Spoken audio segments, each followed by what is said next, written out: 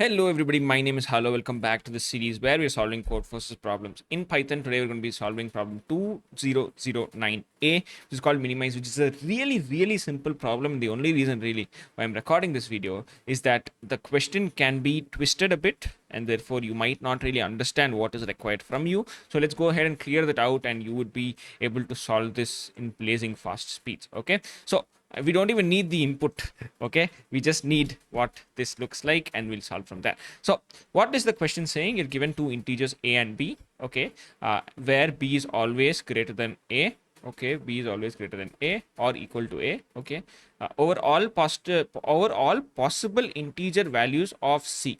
Okay, where c is any number between a and b, find the minimum value of c minus a plus b minus c. They're trying to find the minimum value of c minus a plus b minus c, where c is anything in between a and in between b.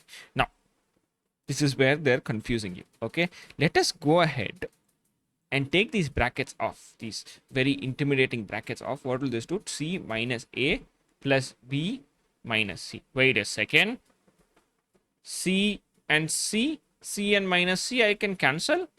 Okay, what can I rewrite this as? B minus a. So regardless of what the value of c is, I'll get always b minus a. So why did they give this c is between b minus a? It doesn't matter at all.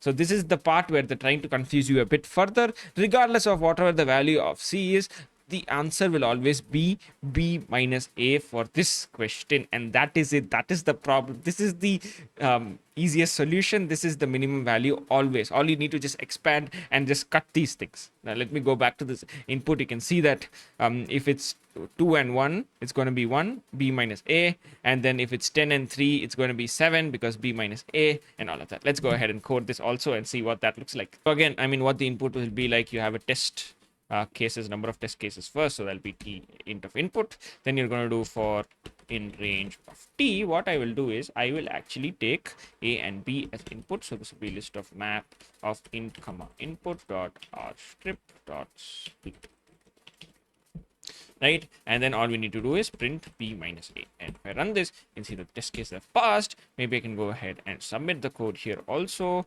This will be the minimize, and you can see that the code would have been accepted by now. So it's accepted.